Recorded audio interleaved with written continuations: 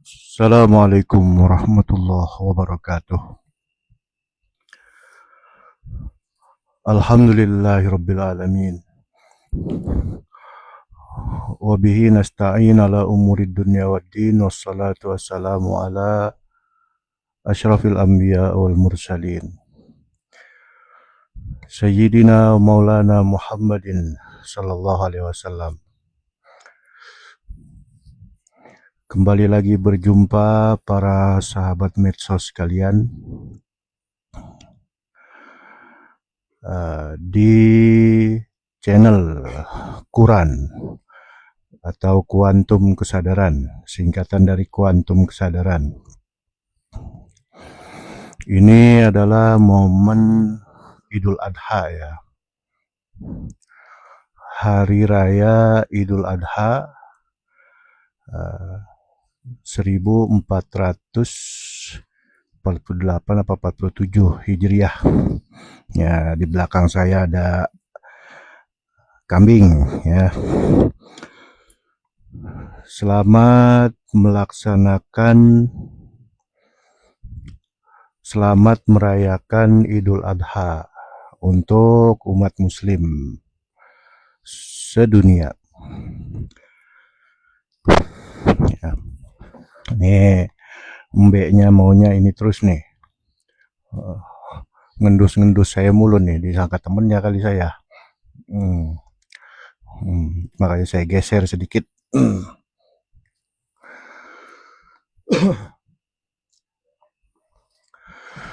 Ya baik, saya lanjutkan.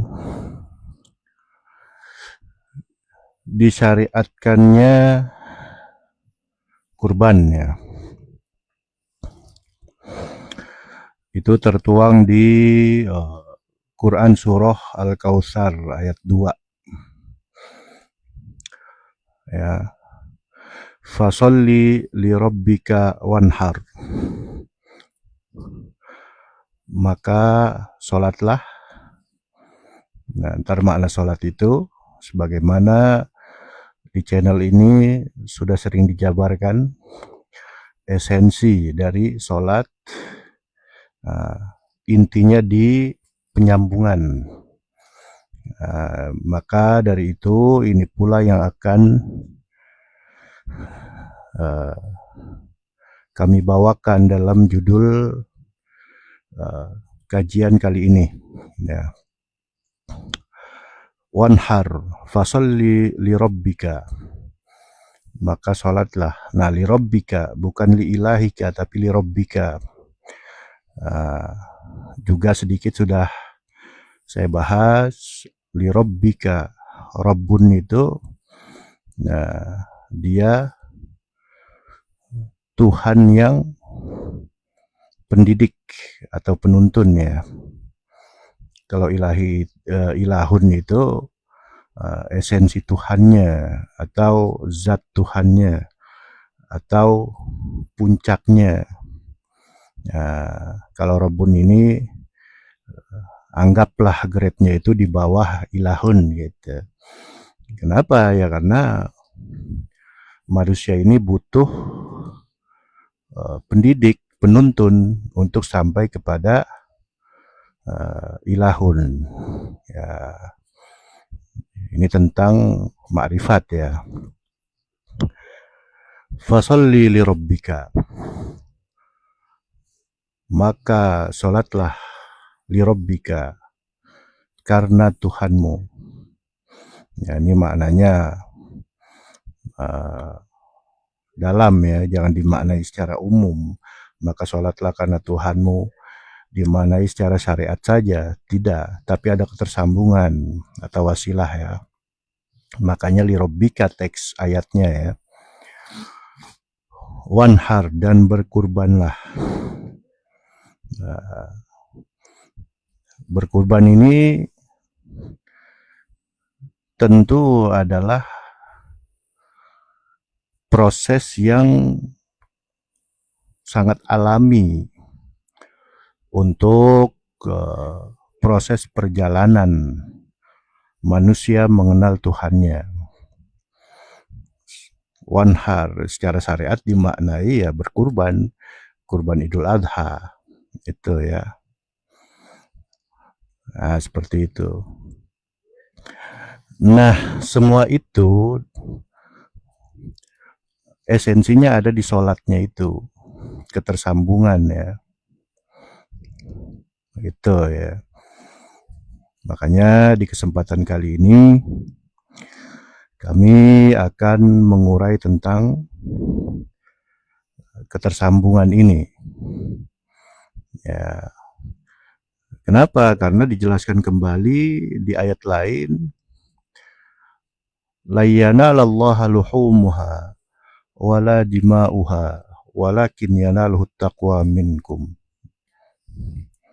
Artinya tidaklah sekali-kali yang sampai kepada Allah itu dagingnya jamak ya, luhum, dari hewan kurban, wala dima'uha, juga bukan darahnya, walakin yanaluhu taqwa minkum, akan tetapi yang sampai itu adalah ketakwaannya. Bagaimana untuk bisa sampai takwa kita dalam prosesi kurban? Bagaimana jaminan itu dengan kurban kita bisa jadi takwa? Nah, seperti itu ya. Itu maklum atau sudah sewajarnya butuh atau wajib, malah perangkat wajib itu ya wasilah itu. Takwa itu makom tinggi. Nah, kita di makom rendah itu wanhar, berkurban. Yang sampai itu derajat takwa. Kitanya berubah dari belum takwa menjadi takwa. Nah, itu butuh wasilah, butuh penghantar, bukan pengantar ya, atau kurir, bukan, semacam kurir, bukan, tapi penghantar. Sebagaimana listrik ya, kita mau menyalakan lampu, saklarnya kita pencet, otomatis langsung nyala. Nah, itu penghantar, otomatis hidup on gitu ya. Nah, begitu juga dengan berkurban. Kita berkurban, tetapi kalau saklarnya tidak on, tidak fungsi, ya kita hanya kurban biasa, makan biasa gitu. Ibarat puasa itu puasa umum, hanya dapat lapar dan haus saja, seperti itu.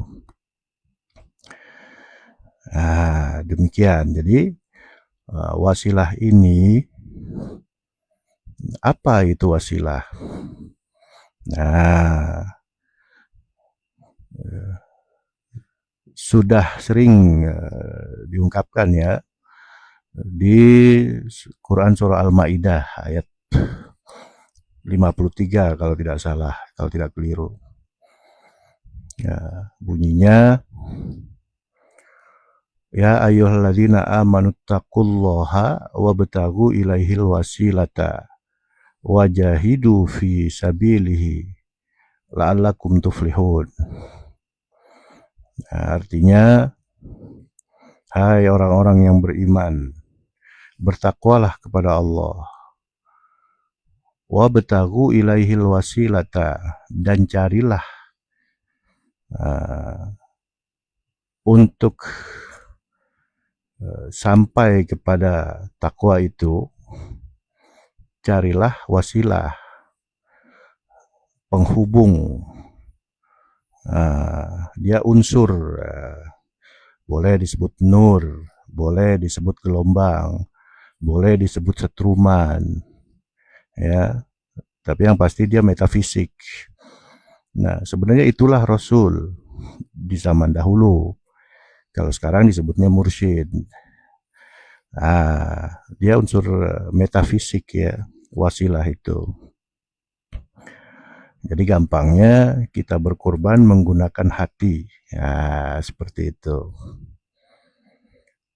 Wajahidu fi sabilihi, dan bersungguh-sungguhlah di jalan itu, jalan wasilah. Salah satunya dengan kurban ini.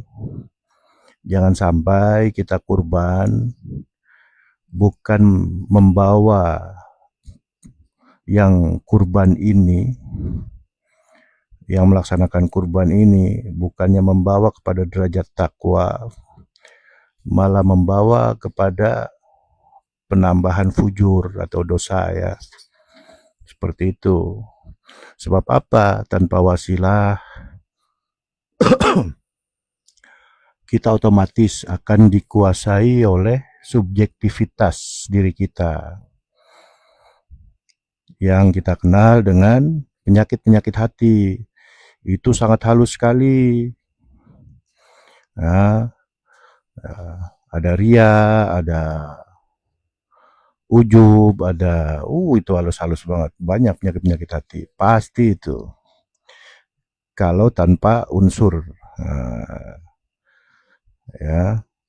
unsur wasilah ini yang sifatnya metafisik ya. Wajahidu fi sabilihi la'allakum tuflihun, agar supaya kalian menang. Iya, memang arahnya itu menang. Tanpa melalui tahapan-tahapan itu yang nggak akan menang. Jadi langkah pertama adalah mencari wasilah, bukan hanya untuk kurban saja, tapi untuk kehidupan beragama kita. Ya, bahkan populer di kalangan kaum para arif billah itu mengatakan awaluddin ma'rifatullah, awal mula beragama itu kenal kepada Allah. Iya, kehidupan beragama itu intinya itu kenal dulu kepada Allah. Nah, nggak mungkin langsung bisa kenal kepada Allah yang maha gaib.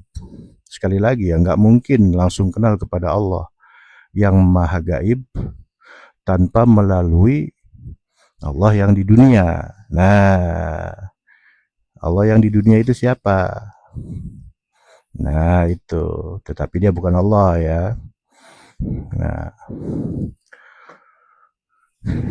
ini memang sangat asing di masyarakat kita pembahasan kayak gini. Contoh yang populer itu dua ya. Kalau versi lokal itu Sesi Jenar mengaku-ngaku Allah kan. Dan sejarahnya itu sudah diacak-acak ya oleh orientalis barat lah, sehingga membangun kesan ajaran Sesi Jenar ini negatif atau buruk ya. Kemudian yang kedua, versi internasional lah ya, itu kita kenal dengan Al-Hallaj yang mengaku Allah ya. Nah, itu jangan dimaknai secara syariat omongan begitu, kelenger kita.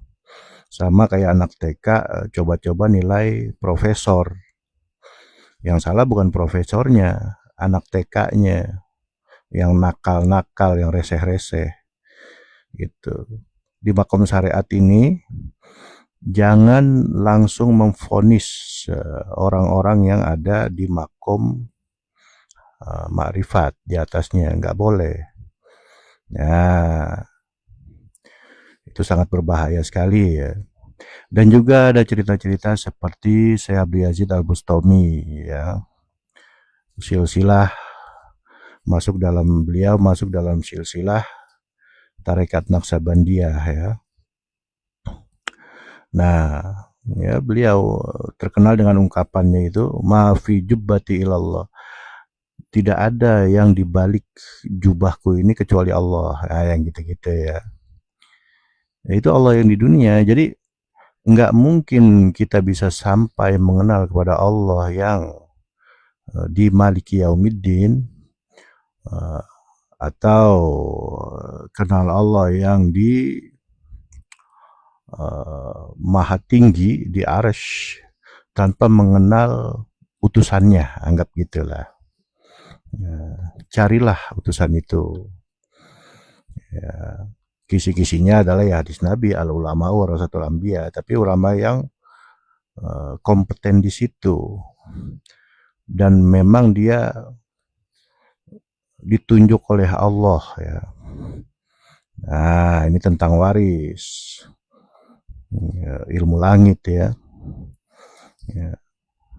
Untuk bisa memahami ciri-ciri ulama-ulama langit ini ya, arahnya mengajak praktek apa itu arti langit, apa itu arti bumi, diajarkan untuk mengenal diri, praktek secara praktek ya, bukan secara teori. Nah, susunannya teori boleh sedikit aja. Yang udah terlanjur banyak teori kayak saya gitu kan. Nah, itu nggak apa-apa. Asal perkuat aja tuh memahami metodologi atau cara. Nah, itu langkah kedua.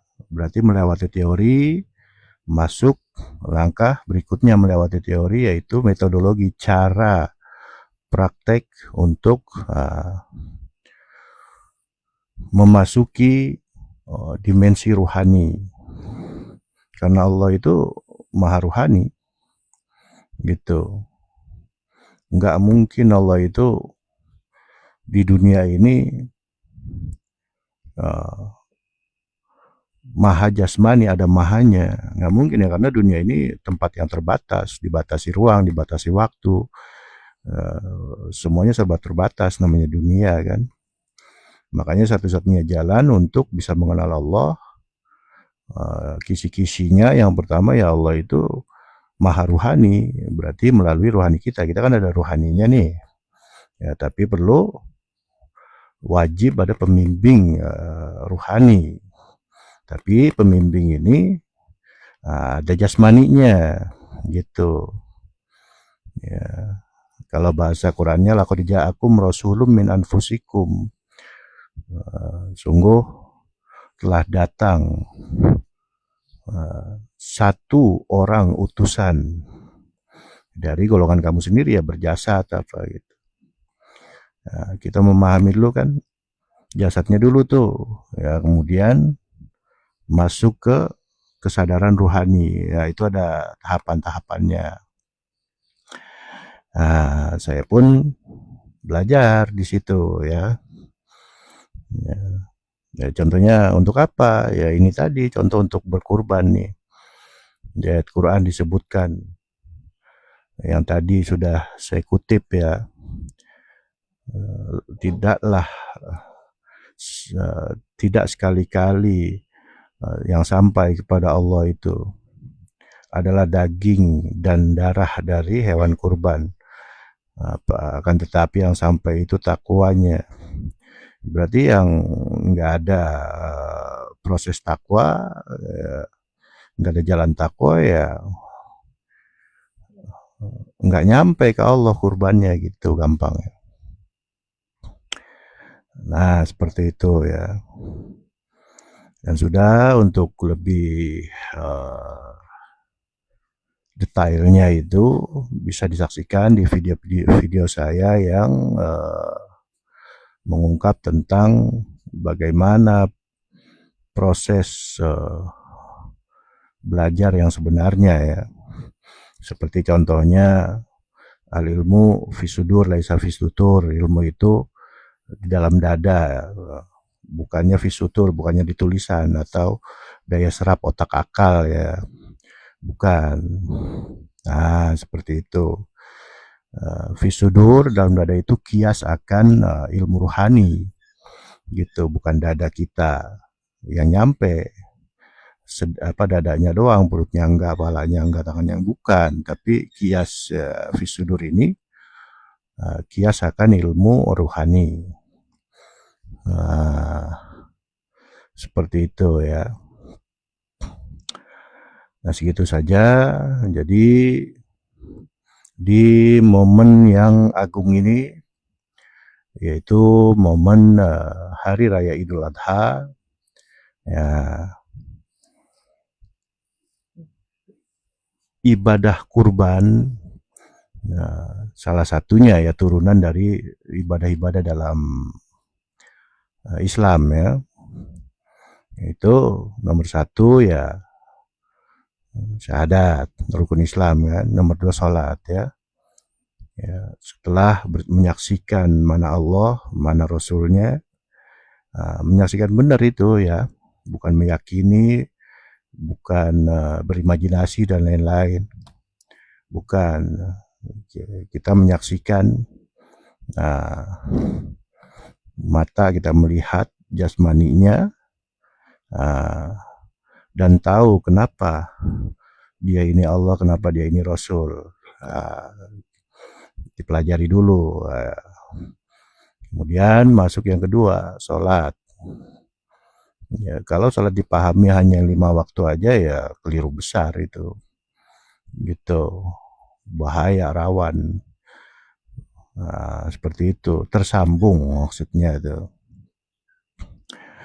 Sebab kenapa? Ya, karena innallaha wa malaikatahu yusallun. Ya. Alan Nabi. Ya ayyuhalladzina amanu sallu alaihi wa sallimu taslima. Ini ayat tentang sistem sebenarnya. Bagaimana Allah dengan maha pengasih, maha penyayangnya itu menjemput manusia, ya itu caranya. Sesungguhnya Allah dan para malaikat membuka sambungan. Yusallun itu membuka sambungan, anggap aja gitu. Ala Nabi, atas Nabi, melalui Nabi gitu. Ya ayyuhalladzina amanu, wahai orang-orang beriman, sallu, sambungkanlah, alaihi, kepada Nabi, wasallimu taslima, ya jaminan berarti ya, sallimu taslima itu. Proses jaminan ya. Kita menyerah, berserah, patuh, taat ya, dijamin selamat lah gitu. Ya iya. Ada yang mengartikan yusallun itu rahmatnya turun kepada Nabi Muhammad kan, gitu-gitu kan. Bukan. Makna teknis untuk bisa prakteknya ya membuka sambungan pada Nabi Muhammad. Nah, Nabi telah wafat. Ajarannya kan nggak wafat. Tapi kalau ajaran yang hanya bisa diserap oleh otak akal, yang nggak nyambung juga. Makanya ada hadis al-ulama warasatul anbiya itu. Nah, diperkuat lagi di ayat lain, laqad ja'akum rasulun, itu ayat ya nggak lekang di semua zaman. Bukan berarti ada rasul baru, nabi baru, bukan.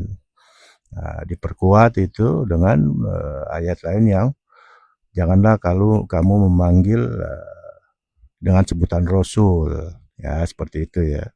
Ini saya akan menjadi olok-olok ya. Pangkatnya itu utusan, mau disebut ulama, mau disebut mursyid, mau disebut om, ya, terserah aja, yang penting asik kan dan beradab tinggi gitu. Nah, seperti itu kurang lebihnya. Ini penting, urgent, karena jarang, sangat langka sekali yang membuka ini ya. Bagaimana caranya agar supaya seluruh ibadah kita termasuk di momen Idul Adha ini, kurban, sampai diterima kepada Allah. Kesimpulannya hanya melalui wasilah tadi. Demikian, mohon maaf apabila ada salah-salah kata, kekurangan-kekurangan. Assalamualaikum warahmatullahi wabarakatuh.